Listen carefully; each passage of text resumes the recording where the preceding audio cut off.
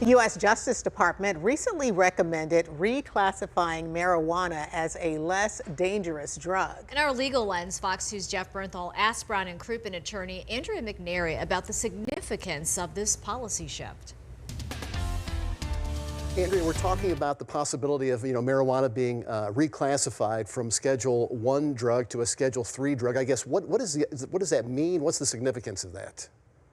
So under federal law, there's something called the Controlled Substances Act, and marijuana is considered a Schedule 1 drug. So that carries with it really the harshest of penalties. So it's illegal to produce, dispense, process marijuana under federal law, and obviously carries along with that prison sentences and federal conviction. So the big difference if they moved it to a Schedule 3 as opposed to the harshest Schedule 1 is that if the FDA approved it for prescription use, it could be lawfully prescribed. And what are some of the other implications that we could see if this did happen?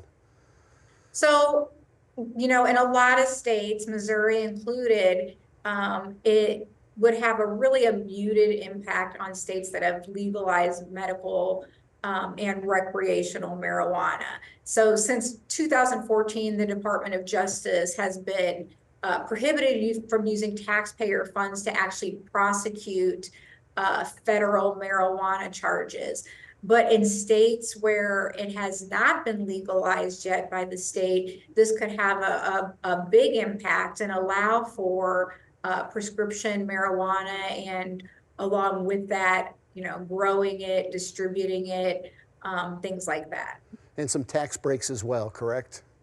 Absolutely. So then it would be a legitimate business if it was a Schedule 3. Anybody who would be growing marijuana for prescription use would then be able to run it as a legal business, and you have to pay taxes and or receive tax breaks. Lastly, is there a retroactive sort of effect here for someone who maybe had a criminal charge, a federal charge, a marijuana-related charge?